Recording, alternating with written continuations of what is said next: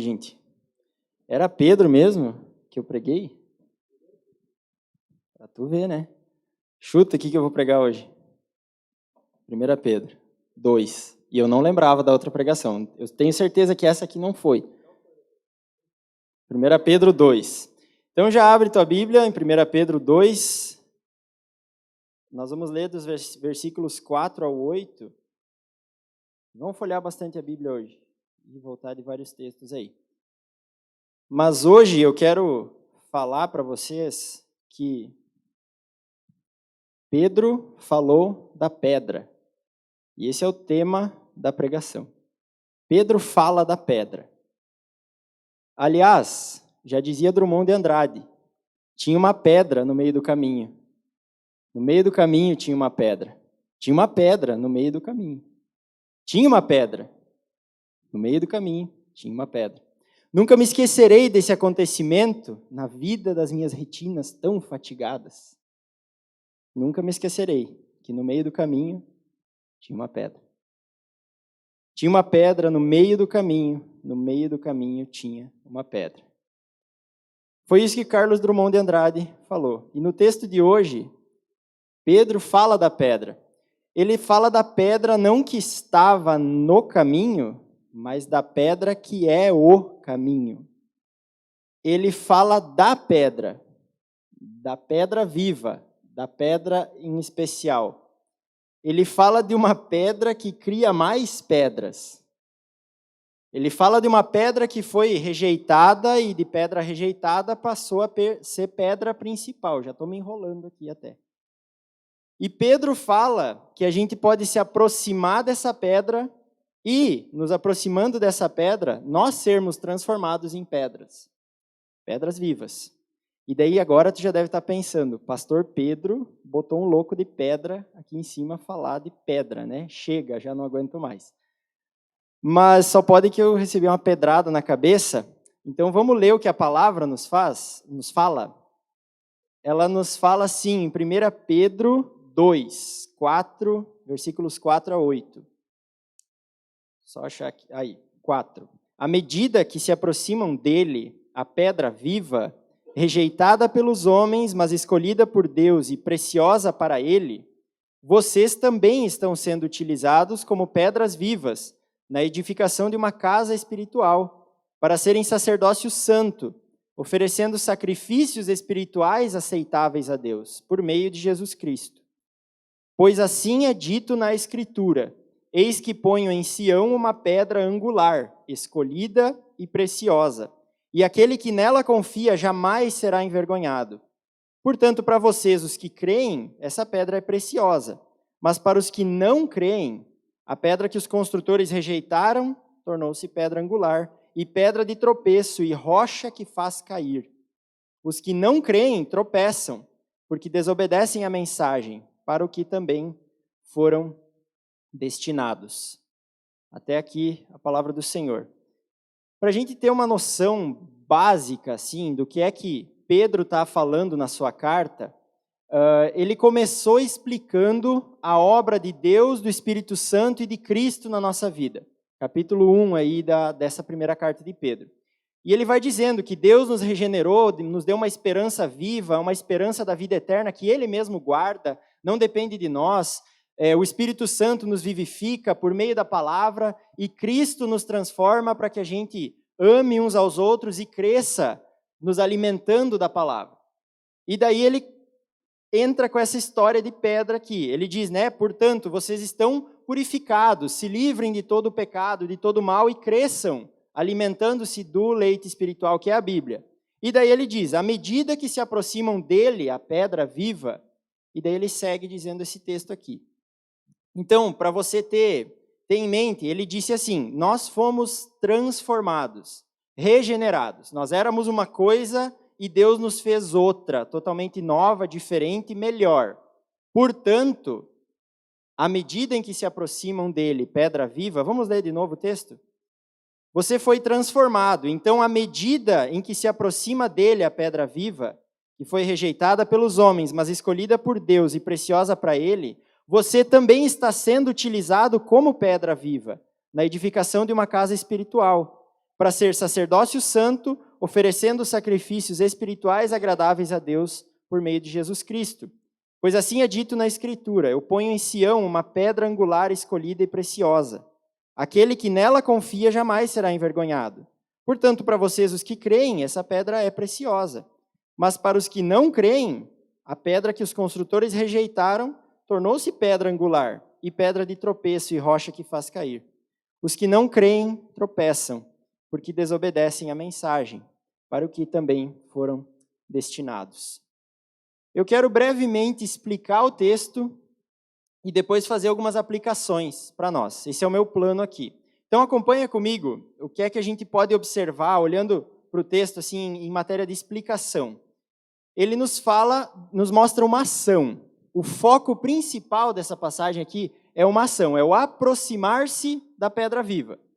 Começa ali no 4. À medida em que vocês se aproximam dele, pedra viva. Então é uma ação. E essa ação tem um propósito. Para que eu me aproximaria da pedra viva? Para que eu me aproximo da pedra viva? Para ser utilizado ou transformado em pedra viva também. Versículo 5. À medida em que me aproximo dele, eu também estou sendo utilizado como pedra viva. Então é uma ação com um propósito. Eu me aproximar dele e à medida em que eu me aproximo, eu sou utilizado. Para quê? Para que eu sou utilizado? Diz ali, versículo 5, na edificação de uma casa espiritual, para sermos sacerdócio santo e oferecer sacrifícios espirituais agradáveis. Então, eu sou transformado numa pedra viva com um propósito. E até aqui, eu enxergo que é a maior ênfase do texto. Pedro dá, assim, o enfoque maior. Vocês se aproximando dele, são transformados, e isso tem um propósito, tem um objetivo. E daí ele segue explicando. Então, até aqui é a parte assim, mais chamativa, com maior ênfase. Em seguida, Pedro explica essa história de pedra. Tá, da onde é que ele tirou? Eu já estou falando de pedra desde o início, mas Pedro recém tinha falado isso aqui na carta dele. Então, ele vem explicar que história é essa de pedra. Mais ou menos, a grosso modo, ele diz assim, gente, está na Escritura, vocês conhecem o Antigo Testamento, vocês conhecem a Escritura. Eu quero ler com vocês os textos que Pedro referencia aqui. Isaías 28, 16. Abre comigo, Isaías 28, 16.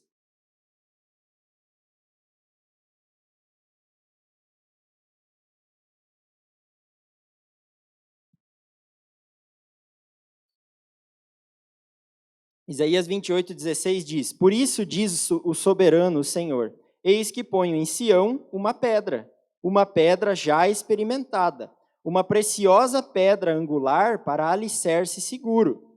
Aquele que confia jamais será abalado.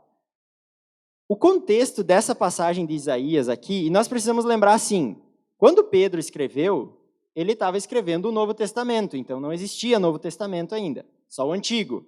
E os leitores conheciam. Se você lê a carta de Pedro, a primeira e a segunda, as cartas de Pedro, vocês vão ver que é cheio de referências ao Antigo Testamento. Pedro era judeu, conhecia muito bem a lei, os profetas, salmos, né, toda a escritura do Antigo Testamento, e ele cita muito.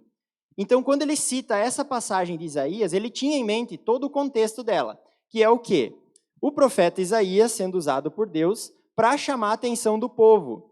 Porque ele dizia assim, vocês que olham para a lei e falam, lei, lei, lei, ensinamento, ensinamento, ensinamento, cobrança, cobrança, cobrança, esse Deus aí que só cobra, blá, blá, blá, blá, blá, mais ou menos nesses termos. Se você ler o capítulo 28, é bem isso aí. Diz lá, lei, lei, lei, ensino, ensino, ensino.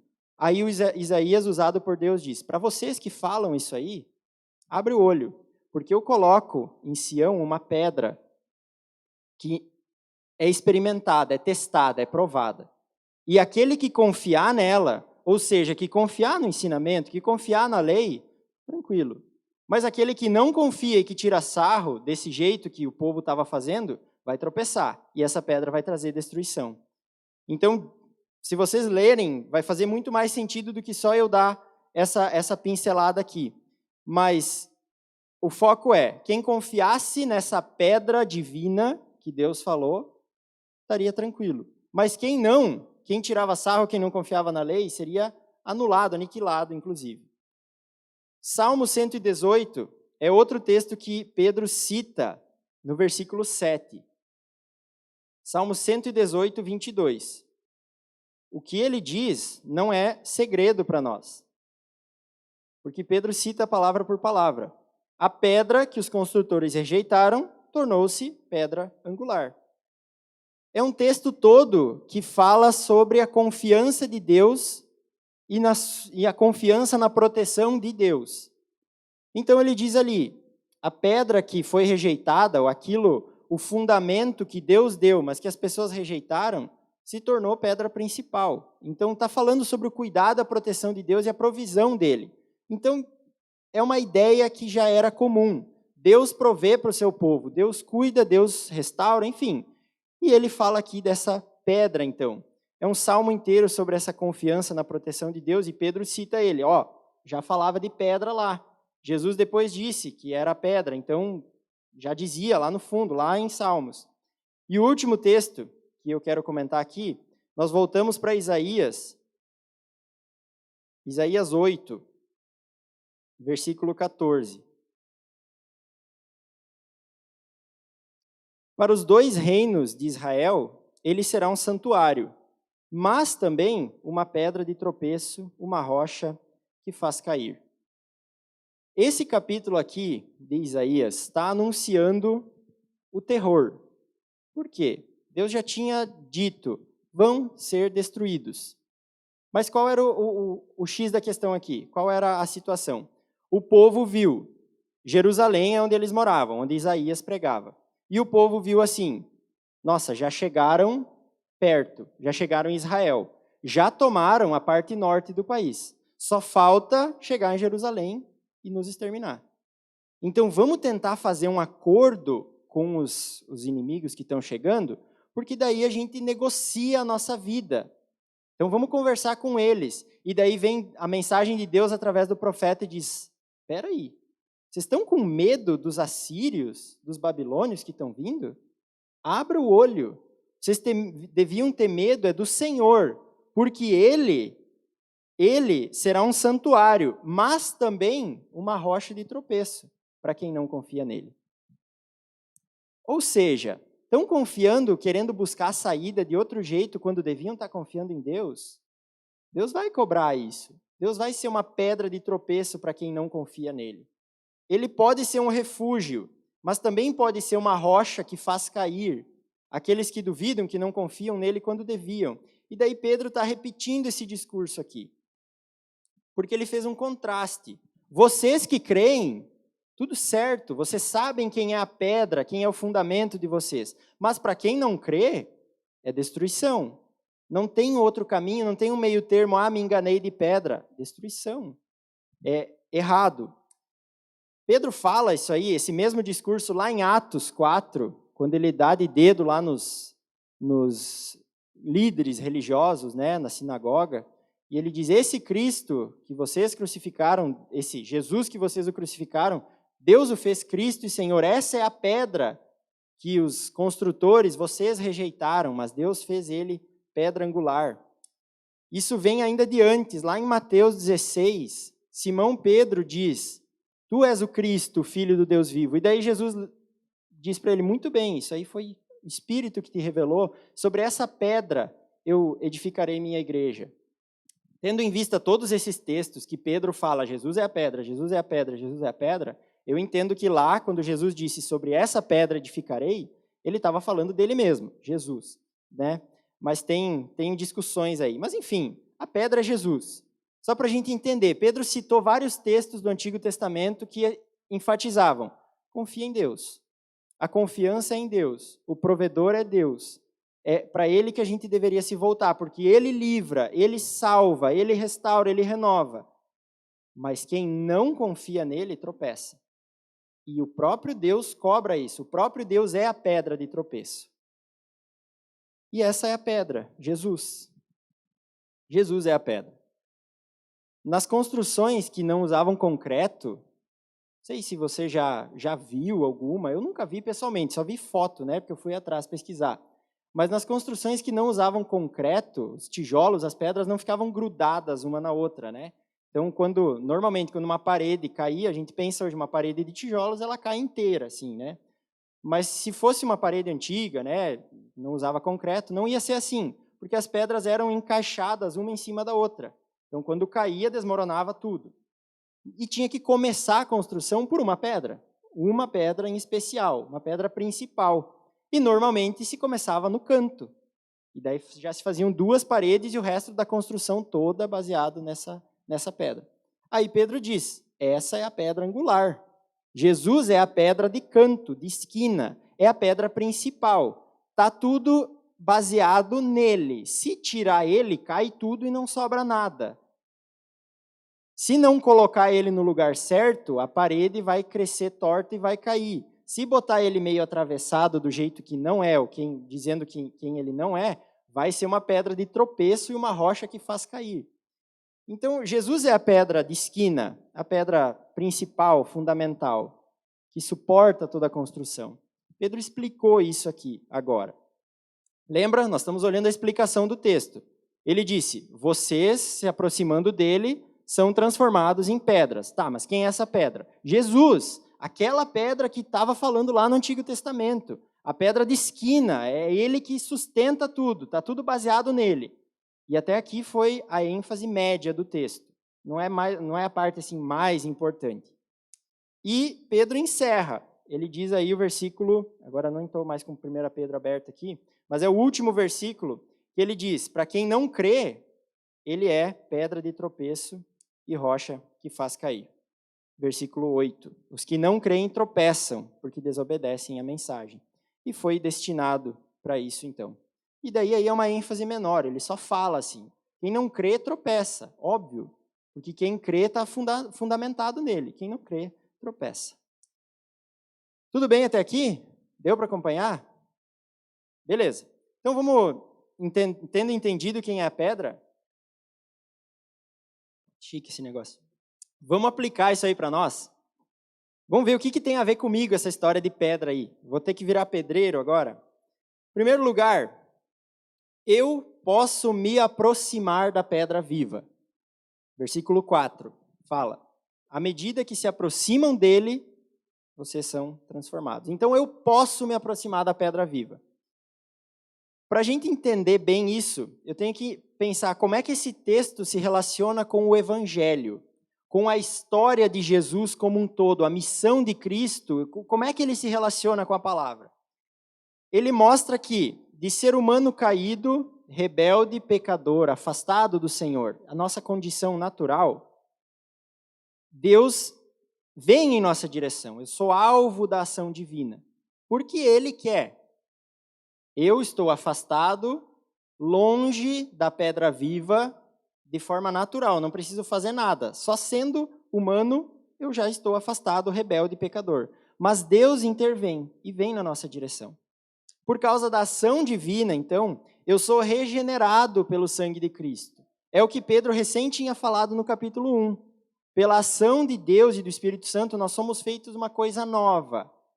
E por causa disso, por ter sido feito novo, eu recebo a permissão, o acesso à presença do Senhor de novo. Isso tinha sido rompido com o pecado. Então, esse texto aqui, ele é um texto resultante do Evangelho. E todos os textos da Bíblia se relacionam com o Evangelho de alguma forma. Ou ele pré-anuncia o Evangelho, ou ele prepara para o Evangelho, ou, nesse caso aqui, ele é um resultado do Evangelho. Por causa da vinda de Cristo e do sacrifício dele, quem crer nele tem acesso a Deus novamente. É um resultado. Então, eu posso me aproximar da pedra viva. Eu posso novamente. Pensa comigo, e eu estava vendo isso, reparando até lá na casa da Cris do Ricardo. Hoje em dia é muito comum, cada vez mais comum, pegar peças antigas de máquinas, pé de máquina de costura, né? Lá tem um taro de leite assim de 50 litros. Pegar uma coisa assim, um pedaço de madeira, alguém olha lá, um cerne de uma árvore, estava lá jogado, pega aquele negócio lá, nossa, mas isso aqui dá para Dá para restaurar, dá para fazer, e daí a pessoa que tem mão para isso, né, vai lá e lixa, e pinta, e pule, né, bota ali o que precisa e tal, faz algo totalmente diferente. Pega uma máquina antiga lá, pega uma mesa velha, que mas isso aqui é madeira, está aqui no tempo, e pega, e ainda dá para consertar, dá para salvar isso aqui. E daí lixa, né, e transforma aquele negócio em algo novo. E daí traz para dentro de casa e coloca lá e vira uma peça de decoração. Às vezes coloca uma TV em cima, alguma coisa assim. Mais ou menos isso, a grosso modo, é o que Deus faz com a gente. Nós estávamos naquela situação lá fora. Temos valor em nós por sermos criaturas de Deus? Temos. Mas afastados dele, afastados de casa, nós estamos aonde a nossa natureza levar. Isso não é para lugar bom, porque nós somos pecadores. Mas aí a gente lá afastado, sim, longe, da pior maneira possível, talvez, Deus olha para nós e, mas ainda dá para salvar. Ainda dá para restaurar o valor. E é isso que ele faz conosco. É isso que Cristo fez. Então, é mais ou menos essa a ideia. Deus nos faz como novos, nos dá um valor novo. Aquela coisa velha lá, que talvez era até inútil, aquele pé de máquina, é restaurado e tem um novo valor. É da mesma forma nós. Já tivemos valor um dia, mas por causa do pecado, sujos, afastados, Deus olha para nós e diz, não, dá para restaurar. E Ele então nos refaz. E aí nós recebemos a permissão de estar dentro de casa novamente. Dentro da casa do Senhor, perto dEle. Não aqui, isso aqui não é casa do Senhor. Casa do Senhor somos nós.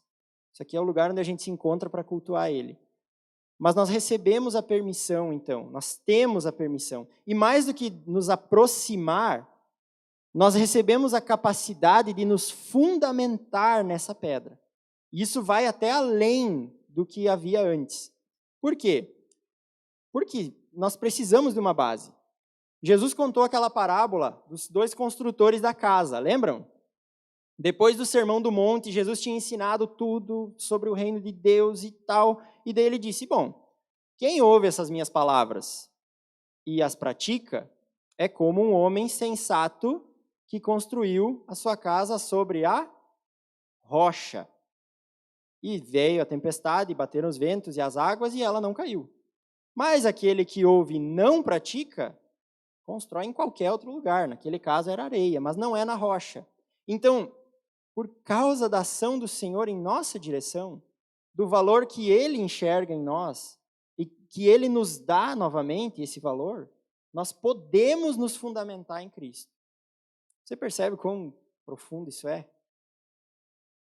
Tem um documento da igreja que se chama Catecismo de Heidelberg, um documento lá da época da Reforma. E são perguntas e respostas para nos ajudar a entender nossa fé. E a primeira pergunta e resposta que ele traz é... Opa, não vou empurrar um negócio aqui. Qual é o seu único fundamento na vida e na morte? E a resposta é: o meu único fundamento é meu fiel Salvador Jesus Cristo. Com seu precioso sangue, Ele pagou por todos os meus pecados e me libertou de todo o domínio do diabo. E agora Ele me protege de tal maneira que, sem a vontade do meu Pai do céu, não perderei nem um fio de cabelo. 1 Pedro 1,5 fala que a nossa herança no céu é guardada por Deus. Não depende da minha capacidade ou da minha incapacidade. Graças a Deus por isso. Lucas 21,18 fala que nem um fio da nossa cabeça, nem um fio de cabelo é tocado sem o consentimento e autorização do Senhor. Então é isso que esse fundamento nos dá. É uma capacidade de confiar e de nos apegar a Ele de tal maneira que é só com Ele que é possível. Sem isso, nós vamos ficar correndo e rodando e procurando, e nós vemos isso no ser humano como um todo. A gente procura uma razão para viver, um alvo, um objetivo, algo a que se apegar. E a Bíblia nos mostra qual é o que em que se apegar que realmente vale a pena e que não vai nos deixar na mão. É o fundamento, Cristo. Eu quero que você pare e pense no privilégio que você tem. No privilégio que nós temos de poder nos aproximar do Senhor por ação dEle. Se fosse por nós, a gente estaria do mesmo jeito. Que presente maravilhoso é esse, poder me aproximar, e mais do que só chegar perto, tipo, a gente poderia pensar assim, a gente chega perto de Deus e ele diz, tá, agora senta aí. Vai. Não, a gente pode se apegar e se firmar nele, ter a nossa vida fundamentada nele. Que segurança. Tá, então o que eu faço? Você se pergunta. Entendi, beleza. O que eu faço? Louva a Deus.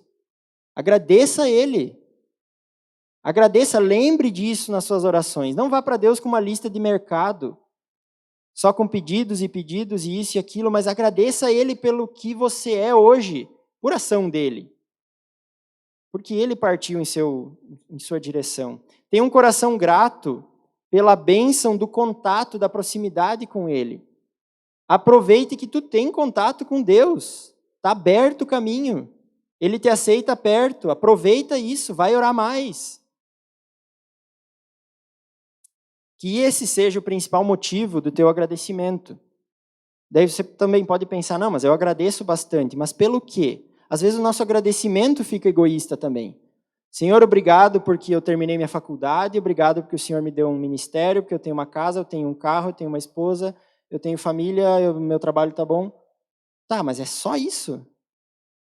Tem coisa que vai muito além disso, que Deus já fez por você e que Ele continua fazendo.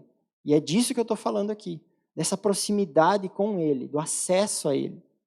Seja grato por isso, lembre disso. E por que é que eu deveria fazer isso?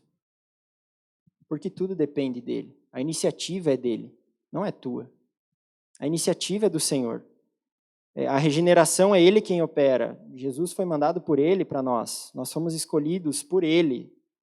Tem a nossa parte de ter fé e se aproximar dEle? Tem, claro que tem. A Bíblia fala disso também. Mas ela também fala que é por iniciativa de Deus que nós estamos aqui onde estamos. Então, por que eu deveria fazer isso? Porque depende dEle. Você deveria ser grato. E como é que eu faço na prática? Mais um pouquinho. Como é que eu consigo ser grato assim? Como é que eu consigo fazer isso? Minha sugestão é seja alguém alegre. Seja uma referência de alegria e paz por causa dessa salvação. Se você é conhecido por ser alguém azedo na vida, talvez tu não tenha entendido a graça que tu recebeu do Senhor ainda. Eu achava bonito ser grosso. Sabe? Ser, época de piazada, assim, até depois de adulto, achava legal ser estúpido. Porque eu não tinha entendido quão ridículo isso era. É mais ou menos isso. Às vezes a gente fica assim, num azedume, levanta e vai dormir, no trabalho e é tudo problema e problema. Para. Lembra de tudo que o Senhor já fez por ti. Seja uma referência de alegria no meio em que tu vive. Seja alguém conhecido por estar animado no Senhor. Por viver não por vista, não pelo que tu enxerga, mas pelo que o Senhor já fez e que Ele prometeu lá na frente que vai fazer. Seja alguém assim, não murmura, não sinta falta de coisas físicas.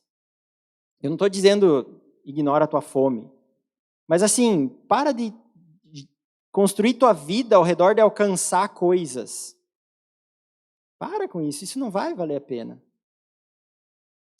Aquilo que eu não tenho agora é porque eu não preciso agora. É mais ou menos essa a ideia do Salmo 23. O Senhor é meu pastor e de nada eu tenho falta, ou nada me faltará. É mais ou menos isso. Aquilo que eu preciso agora, eu tenho. Se eu não tenho agora, que não aprove Deus me dá, então não está fazendo falta. Mas Ele diz que nos cuida. Então, seja agradecido como um todo. Eu posso me aproximar da pedra viva. E não só me aproximar, mas me fundamentar nela. Amém? Essa é uma aplicação. Eu tenho mais uma aqui. A pedra viva me transforma em pedra viva. Então lembra? Eu posso me aproximar, posso me fundamentar nela, e fazendo isso, eu sou transformada em uma pedra viva. Tem uma historinha que é contada, eu não sei se é lenda ou não é, mas ela é interessante. O rei de Esparta, na Grécia, aquela cidade lá dos 300, dos guerreiros, né? O rei de Esparta recebeu uma visita de um outro rei lá da região. E o rei de Esparta falava das muralhas de Esparta, e as muralhas são as melhores, e as nossas muralhas são intransponíveis. E o outro rei foi indo e olhando, e cadê muralha? Não tem muralha essa cidade. Não tinha um muro, não tinha. E o rei de Esparta, as nossas muralhas. E daí o outro pergunta, tá, que muralha é essa? Cadê? Cadê a muralha? Aí o rei de Esparta falou, os nossos soldados, cada homem um tijolo. Essas são as nossas muralhas. Pode parecer meio romântico, né? Meio assim, fora da realidade. Mas eu queria que você pensasse comigo, a gente não precisa ir longe. Não temais ímpias falanges que apresentam face hostil. Nossos peitos, nossos braços são muralhas do Brasil. Quem já cantou isso aí? Hino da Independência. Tá aí, nossa cultura. Nossos peitos, nossos braços, ou vossos peitos, vossos braços são muralhas do Brasil. É uma ideia que está no nosso meio, que não é tão estranha para nós. Nós somos feitos pedras vivas, somos feitos tijolos para fazer parte de algo. Um tijolo de pouca utilidade tem se ele está sozinho. Então nós somos pedras vivas na edificação de uma casa espiritual. Versículo 5a fala isso. Por quê? Cristianismo é comunidade. Tem uma outra frase que eu vi que diz assim, ó, o verdadeiro cristão só acha seu lugar certo quando está sendo usado de forma útil na construção da casa espiritual. Olha só tudo que isso joga por terra. Um cristão não é útil se ele só está entrando e saindo da casa espiritual. Ou se ele vem e sai, participa dessa construção, vem fiscalizar a construção. Não, o cristão não é útil assim. A construção da casa espiritual é o que nós fazemos como igreja, é o trabalho de alcançar vidas, de restaurar, de comungar, de ter comunhão juntos. Se você, como cristão, vem e vai, só vem, participa e sai, você não é usado de forma útil, está errado. Está errado. O que é que eu faço então? Seja parte da igreja. Não seja alguém que visita o culto domingo e sai, que visita uma programação e vai embora. Seja útil na igreja, se envolva de fato. Procura trabalho, porque quem procura acha. O que não falta é trabalho, falta gente para trabalhar. Seja um tijolo, uma pedra viva na igreja. Tá, mas por que fazer isso? Porque Deus quer utilizar você. Ele quer. Já pensou nisso? Pecador, afastado, rebelde, para restaurado, que pode se aproximar para ser usado como uma pedra viva. É tudo com um objetivo, com um propósito. A obra da igreja no mundo é feita por nós, por vocês. Então Deus quer te usar. Se você não está envolvido e trabalhando na obra, está errado. Como é que eu faço isso na prática? Se envolva, seja parte. Ora para o Senhor e diz, Deus, eu não sei, não faço nem ideia do meu dom, não sei o que eu podia fazer, mas me mostra, eu quero trabalhar, eu quero ser uma pedra útil. Vai aparecer, mais cedo do que você imagina. Discipula alguém, tem um alvo evangelístico, ora por uma pessoa. Pastor Helmut, lá, o pastor mais velho lá de Itapejara, sempre fala isso. Semear, nós temos que semear a palavra, tem que estar sempre falando, sempre na ponta da língua. Mas se tu quer resultado, não adianta só sair jogando semente por aí. Você tem que focar, adubar, regar uma semente. Então tem um alvo evangelístico, discipule alguém. Aquele teu vizinho, aquele teu amigo, aquele teu parente que você vê assim, nossa, tinha que se converter. Tu está na vida dele para fazer isso. Vai orar por ele. Depois vai orar com ele, ofereça a mão e diga, estou orando por ti, tem algum pedido que eu possa levar diante de Deus? Deus vai dar abertura, cedo ou tarde ele vai pedir, que negócio dessa igreja que é aí? E aí vai, e aí você expõe a palavra para ele, e a palavra trabalha sozinha. Então, pense nisso, na sua vida. Sei lá, mais coisa aqui que eu anotei, doe Bíblias, pague um acampamento, visite pessoas, visite os doentes, visite seus amigos, vai dar seu dízimo, oferta para missões, trabalhe em algum ministério aqui da igreja, coisa para fazer não falta. Coisa para fazer não falta. Então seja uma pedra viva, útil. Se envolva em oração. em oração pela sua igreja.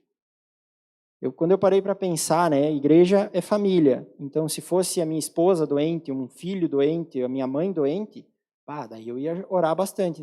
Por que pela igreja eu não oro tanto assim? Eu sei que tem problema, eu sei que tem dificuldade, tem desafios, tem agradecimentos. Por que eu não oro tanto? Seja uma pedra útil, uma pedra viva nesse aspecto. Se envolva, trabalhe. E a segunda aplicação aqui é que nós somos sacerdócio santo. Pedro acrescenta isso. Olha lá, versículo 5. Vocês também estão sendo utilizados como pedras vivas na edificação de uma casa espiritual. Nós vimos até aqui. Para serem sacerdócio santo. Então pensa comigo, o sacerdote, ele tem acesso a Deus. Lá no Antigo Testamento, o sacerdote era alguém que levava as pessoas a ter contato com Deus. O profeta era o contrário. Ele levava a mensagem que Deus dava para ele, para as pessoas. O sacerdote levava as pessoas para Deus. Então, nós somos sacerdócio espiritual. Nós temos acesso a Deus. Lembra?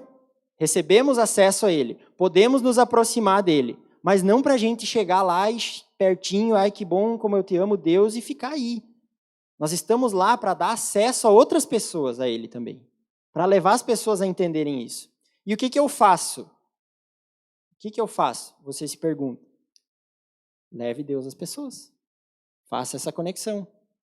Falei um pouco agora já, mas enxergue os problemas das pessoas ao seu redor como oportunidades. Quando essa chave vira na tua cabeça, tudo muda. Por quê? Eu lembro que isso aconteceu comigo depois da viagem missionária que a gente foi lá para a Bolívia, lá no Wake Up. Né? Vocês acompanharam aí, lembram? Eu e a Leite fomos para lá com a turma, passamos uma semana, 10 dias lá, e daí lá visitamos pessoas, evangelizamos e tal, e eu percebi assim, nossa, essa família aqui, nossa, ela foi abandonada pelo marido, está com os filhos, está com dificuldade, Jesus pode te ajudar, pode restaurar a tua vida. Outra família lá perdeu alguém querido, estava em dificuldade. Nossa, Jesus pode te ajudar. Isso lá na viagem missionária. Aí quando eu voltei para casa, eu comecei a observar ao meu redor. Os meus tios, um alcoólatra, outro com problema com drogas, casamentos destruídos, vizinhos, gente que eu conhecia a vida inteira. Aí eu entendi, aqui Jesus também funciona. Esse mesmo Jesus que podia restaurar o pessoal lá onde eu estava na viagem missionária, é o mesmo Jesus que quer fazer isso aqui, perto de mim. Então passe a ver os problemas das pessoas ao seu redor como oportunidades de você ser usado ali. Não de chamar o pastor para resolver, nem o diácono, mas de você. Você é um cristão, você é uma pedra viva. É difícil? Dá medo, não sei o que fazer, não sei como chegar na pessoa, vai que. Mas pensa assim, o que é o melhor que podia acontecer? Qual é a melhor hipótese? É você falar e a palavra atuar por si só, porque ela atua, é ela que tem poder, e uma vida ser restaurada, uma família ser transformada pelo teu esforço.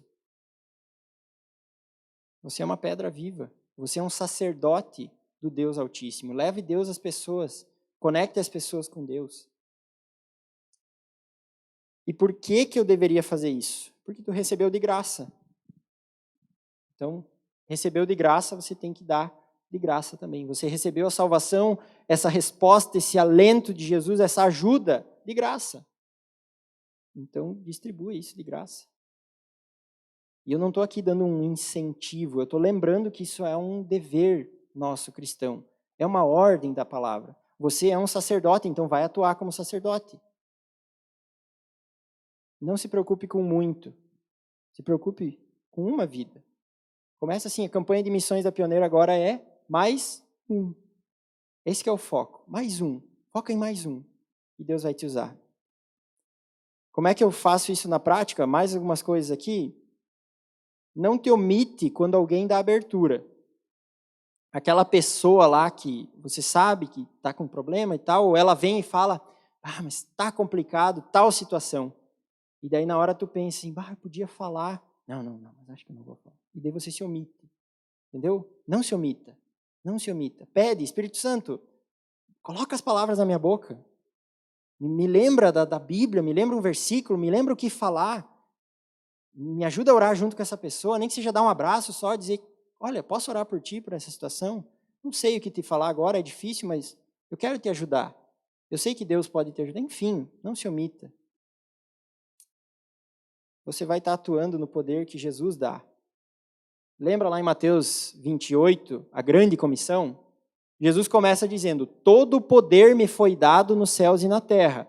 Portanto, com base nisso, fundamentados e confiando nisso, vão e façam discípulos de todas as nações.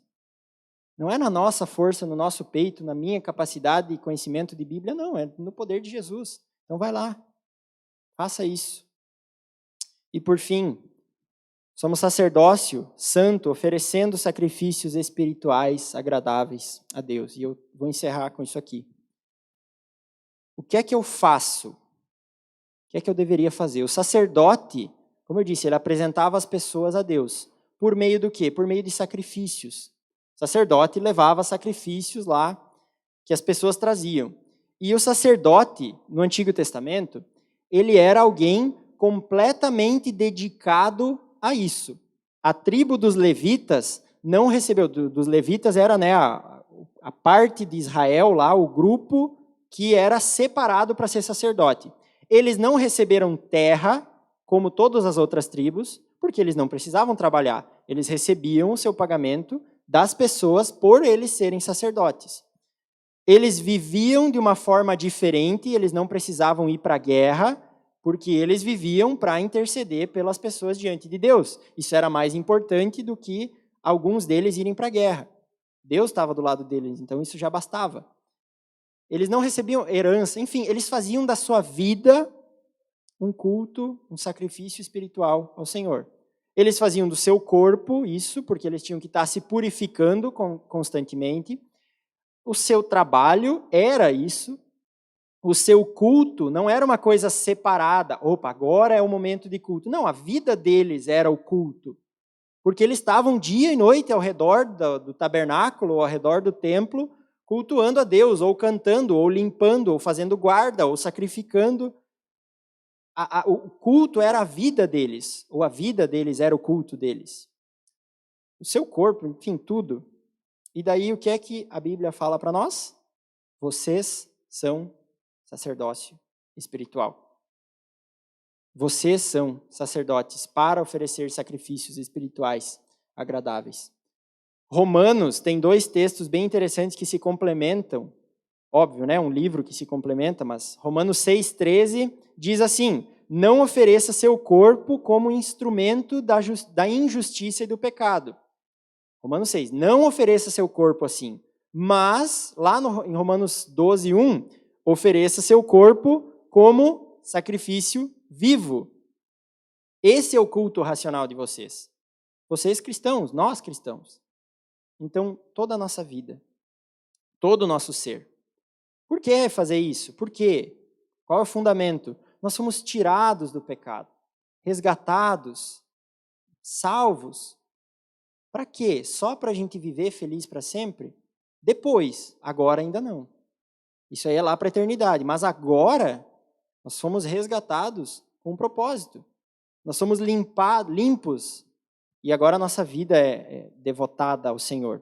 Eu lembrei do filme, sempre me lembro filmes, né? Eu vou pregar, vem exemplos assim, eu sempre lembro de filmes.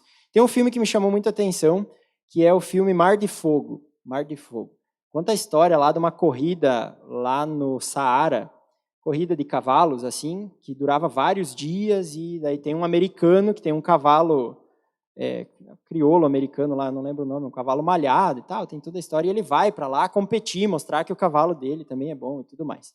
E tem uma parte lá que eles estavam cada um por si, competidores ali, até se matavam, lutavam entre si muitas vezes, mas o objetivo era chegar primeiro e sobreviver ao deserto. Tem um momento lá em que ele está passando um buraco assim de areia movediça e tem outro competidor ali até o pescoço, né? Aquela cena clássica de filme. Outro competidor, inimigo dele, que provavelmente mataria ele em outra situação. Aí o que ele faz? Ele é o mocinho. Ele vai lá, joga uma corda, salva o cara E o cara diz, não, não me salva, não quero e tal. Não, salvou porque a vida dele era mais importante.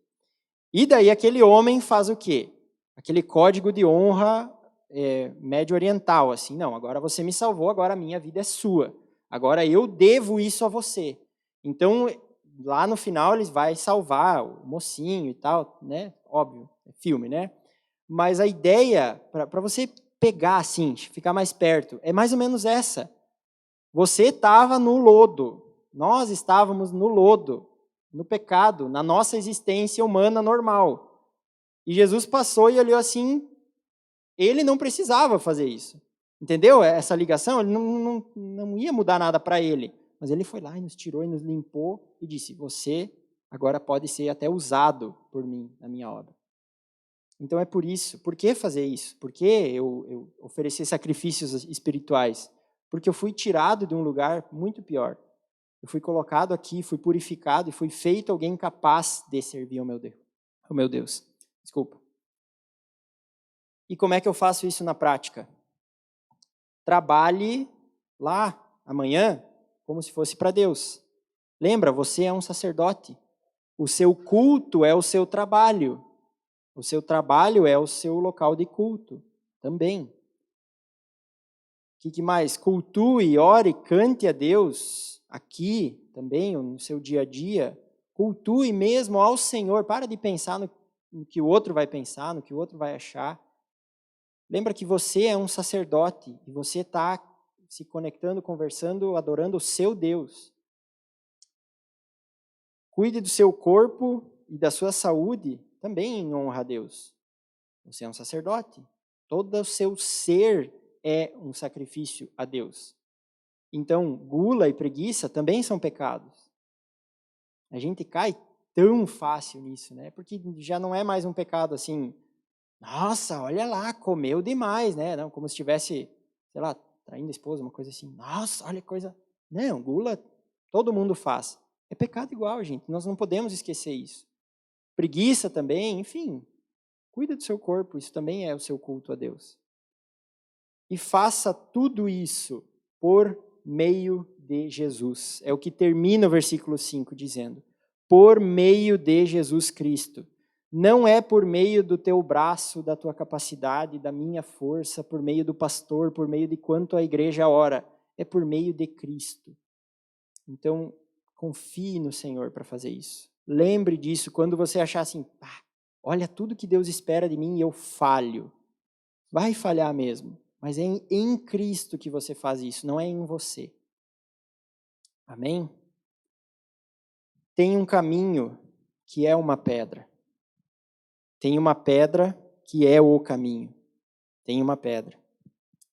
Tem um só caminho, que é uma pedra. Eu nunca me esquecerei desse acontecimento.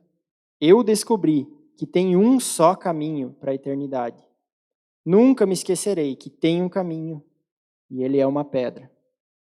Tem uma pedra que é o caminho. Tem um só caminho, que é uma pedra. Se aproxime da pedra viva, que é Jesus. Deixe que ele te use como uma pedra viva na obra dele. Não seja um tijolo no depósito, que não serve para nada, só ocupa espaço, mas seja usado na obra. Esse é minha ênfase hoje aqui. E lembre que isso tudo é porque Deus veio na tua direção. E Ele continua te capacitando a fazer tudo isso. Amém? Ore comigo. Senhor, nós te louvamos e te agradecemos pela tua obra, porque o Senhor nos resgata, nos limpa, nos tira lá do tempo de onde nós estávamos, Senhor, da nossa existência distante de Ti, afastada, Senhor, longe da Tua presença. E o Senhor nos aceita, nos capacita e ainda nos usa na Tua obra. Muito obrigado por isso. Obrigado porque nós temos essa pedra firme, esse fundamento sólido que é Jesus. Senhor, que a minha vida seja baseada em Cristo. Que o meu esforço seja baseado em Ti, Senhor Jesus. Que eu consiga fazer a minha parte como pedra viva na Tua casa espiritual, Senhor. Me ajuda nisso, Pai. Me ajuda a não desdenhar, não desprezar tudo que o Senhor já fez por mim e aquilo que o Senhor quer fazer através de mim. Nos ajuda, Senhor, com alvos de oração, alvos evangelísticos, com o trabalho aqui na igreja, com a nossa vida lá fora, Senhor, que tudo isso seja um sacrifício agradável a Ti, em nome de Jesus. Amém.